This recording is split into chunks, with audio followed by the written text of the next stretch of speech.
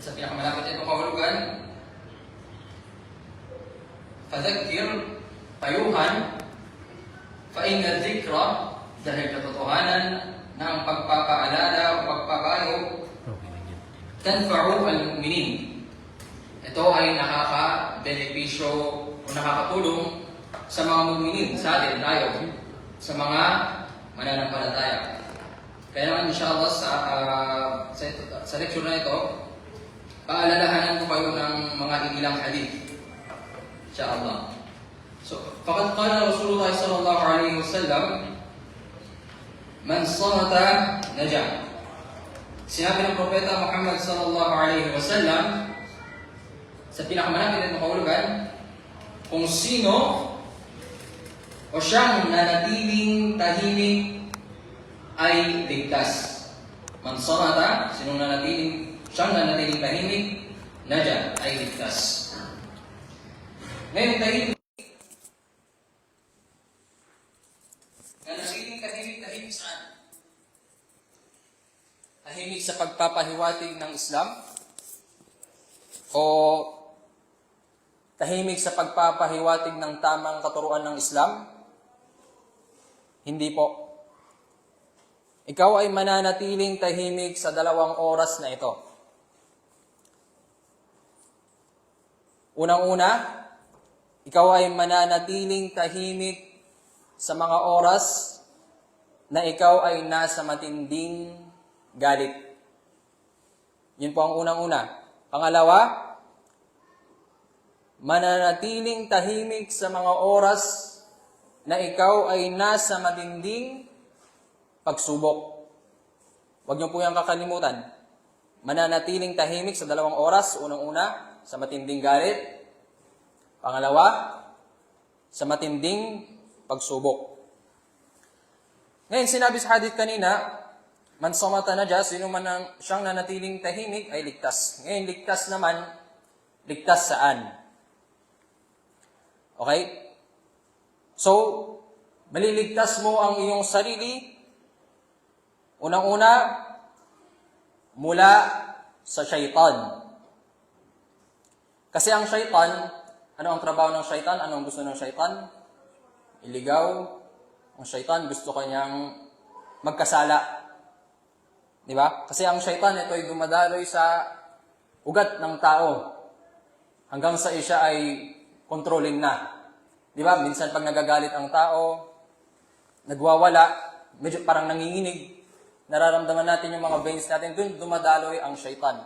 Hanggang sa ikaw ay kanyang kontrolin.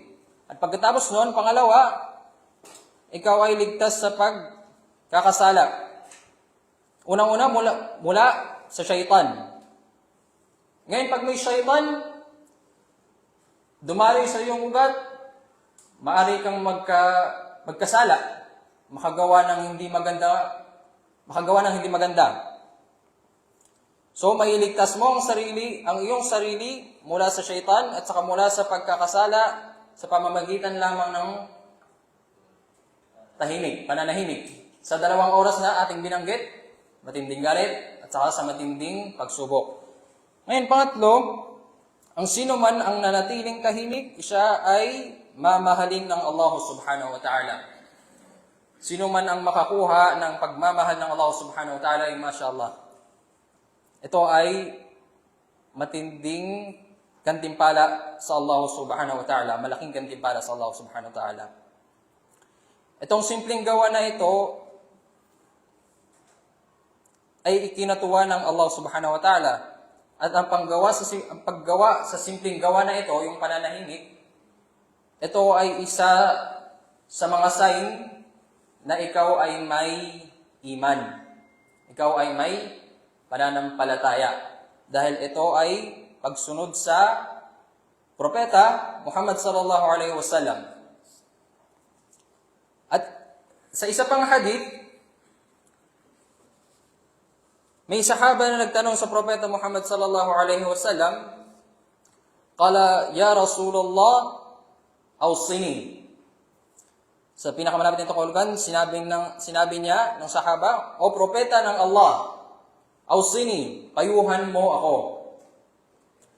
Faqala, وَيَمْلِكُ لِسَانَكَ. At sinabi ng Propeta Muhammad sallallahu alaihi wasallam, bigyan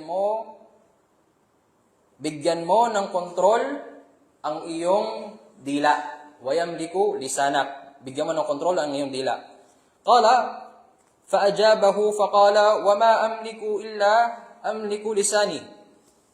At sinabi ng sahaba, at sumagot ito at anong kontrol ang meron ako kapag hindi ko ito makontrol? Anong pinayo sa kanya ng Propeta Muhammad sallallahu alaihi wasallam? Qala, fala taqul bihi illa ma'rufa. Sa malapit nitong kahulugan, sumagot ang Propeta Muhammad sallallahu alaihi wasallam at sinabi, at huwag kang magsasalita liban na lamang ito ay mabuti. So mga kapatid sa pananampalatayang Islam, kung alam nyo sa sarili nyo na walang kontrol ang inyong dila, huwag kayong magsasalita liban na lamang ito ay mabuti.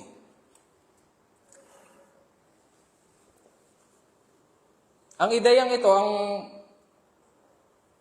pananatiling tahimik sa mga oras na ikaw ay, yung binanggit natin kanina, yung 2 oras, sa matinding galit, sa matinding pagsubok, ito ay isa sa mga kaugalian o choice na dapat natin tularan na wala ang mga hindi Muslim.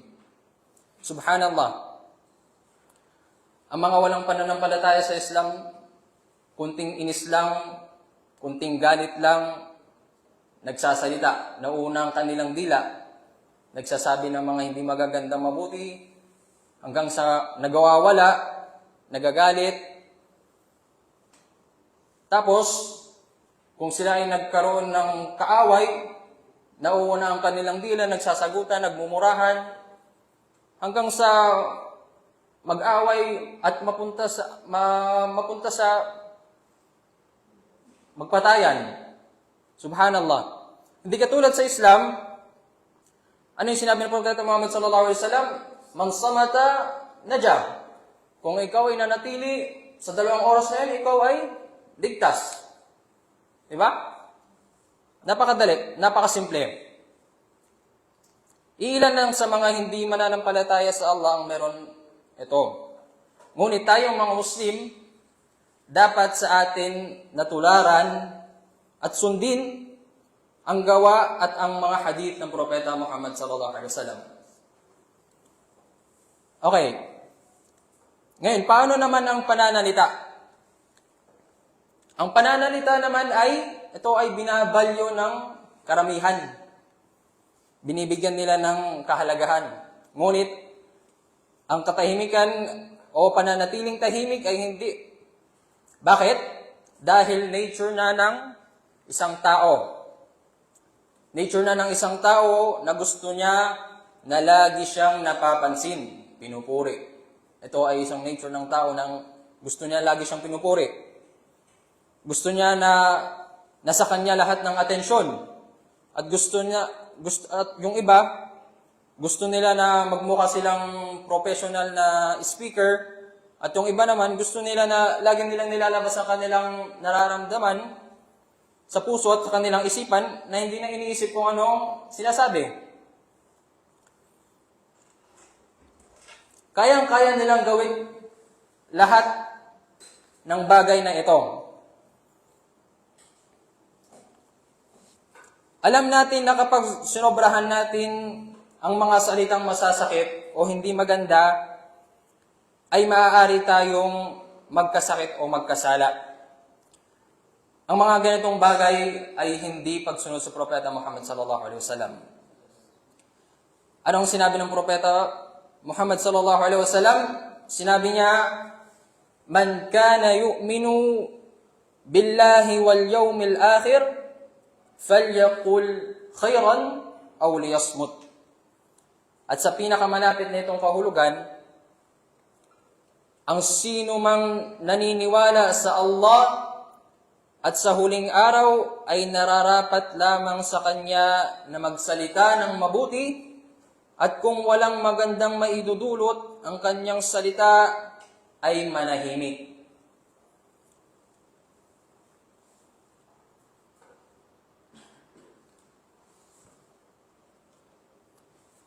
Subhanallah. At sa isa pang hadith, siguro ito na rin ay huling hadith na iiwan ko sa inyo. Ito ay panghawakan ninyo at i-apply ninyo, inshallah.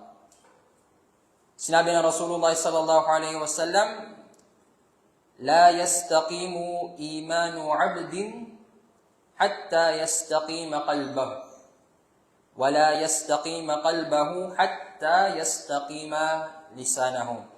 So malapit na itong kahulugan, hindi tutuwid ang iman ng isang alipin hanggat hindi niya tinutuwid ang kanyang puso. At hindi tutuwid ang kanyang puso hanggat hindi niya tinutuwid ang kanyang dila.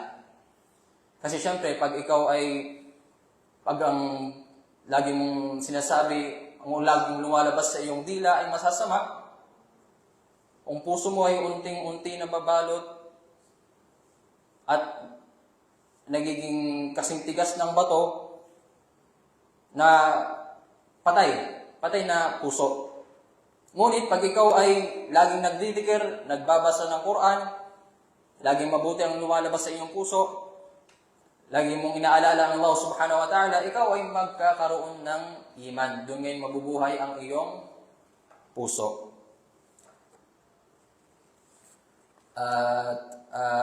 Inshallah, alhamdulillah, hanggang lang. Yun lang ang mapapayo ko sa inyo. I-apply nyo ito, lalo na sa Ramadan. Paramihin nyo ang pagdidikir para mabuo ang iman sa inyong mga puso at paramihin nyo ang pagbabasa lalong-lalo na ng Quran dahil ang Ramadan ay dito binaba ang Quran. Basahin natin ang Quran kahit na hindi perfect yung pagbabasa natin ng Quran, ang mahalaga ay sinusubukan natin. Dahil sa bawat oras na nagbabasa tayo ng Quran at tayo ay nabubulol, doon pa lang sa pagbulol mo ay nadodoble na ang iyong gantimpala. Ganon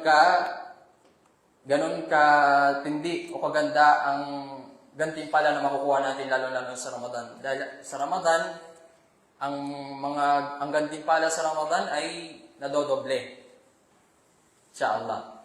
At hanggang doon na lamang. Subhanakallahumma wa bihamdik. Asyhadu an la ilaha illa anta astaghfiruka wa atubu ilaik. Assalamualaikum warahmatullahi wabarakatuh.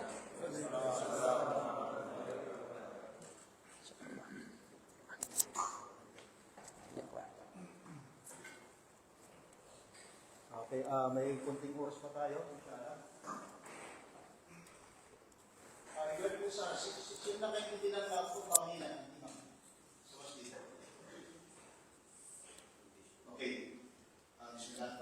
Ang punto lang po ba na may ma'am sa masid kanina ay patungkol sa tinatawag na una-una yung pagkatakot. Pinigaw niya tayo na matakot. Kaya Allah subhanahu wa ta'ala. Kaya yung yayo ladina amanat takullah, yayo nasut takurabbakum. So, isabihin, puro pagkatakot. Tapos, in general, ang pinakapunto ng kanyang khutbah ay yung tinatawag na pag-iibada. Ibada. Bakit? Kasi ilang araw na lang, darating na ang mabiyayang buwan na kung saan, sabihin, inaanyayahan tayo na magsagawa ng maraming ibada. Kalas? Yan sinasabi ko eh. Inaanyayahan tayo na gumawa ng maraming ibada dahil bawat ibada o pagsamba na gagawin natin sa buwan ng Ramadan is times 10. Okay? So, ipinunto niya rito ang tinatawag na ibada. Ngayon, doon sa ibada na yon, para maging katanggap-tanggap ang tinatawag na ibada natin sa buwan ng Ramadan, ipiniliwanag niya ang dalawang kondisyon ng ibada. Okay? Pero unang-una, ano ba yung isin ng ibada? Ha? Pagsamba. Sabi ng mga scholar, al-ibada ismun jami min af'al wal aqwal ad-dahira wal batina ma yuhibbullahu wa yarda. Ang ibada ay mga sabihin pagkilos, panglabas at pangloob at mga salita pagkilos, panglabas at panglubot, at mga salita na kalugod-lugod, kamahal-mahal, katanggap-tanggap sa mata ng Allah subhanahu wa ta'ala ay tinatawag na ibada. Okay? So ngayon, para maging katanggap-tanggap ang ibada natin, ano yung dalawang kondisyon? Sino nakakaalala? Ikhlas. Ikhlas biniya. Ikhlas biniya saka mutabar rasul. Okay? Kadalisayan ng layunin at ibig sabihin ayon sa sunna ng Propeta Muhammad SAW. Kaya ibig sabihin, yung ibada natin sa buwan ng Ramadan, laging kaakibat doon ang ikhlas para maging katanggap-tanggap. At kinakailangan na siya naayon sa sunna ng Propeta Muhammad sallallahu alaihi wasallam. Katulad mag-ayuno ka para kay Allah, mag-uumra ka para kay Allah, magbabasa ka para kay Allah, magsasadaka ka para kay Allah, magpapakain ka para kay Allah.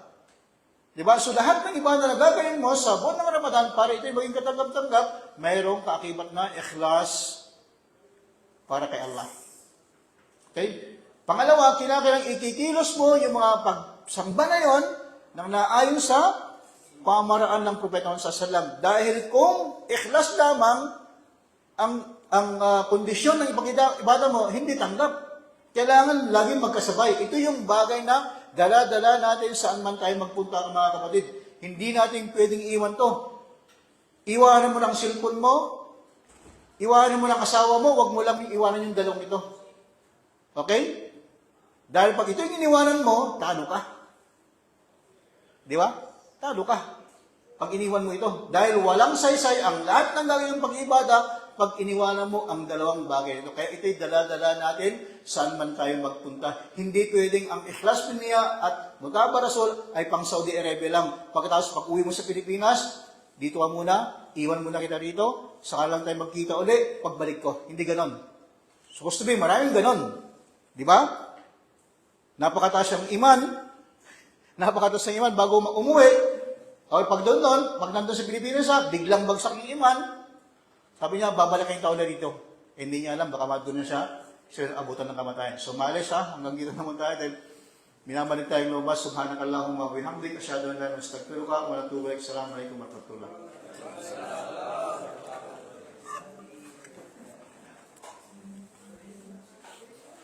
Dapat pala doon tayo sa oba.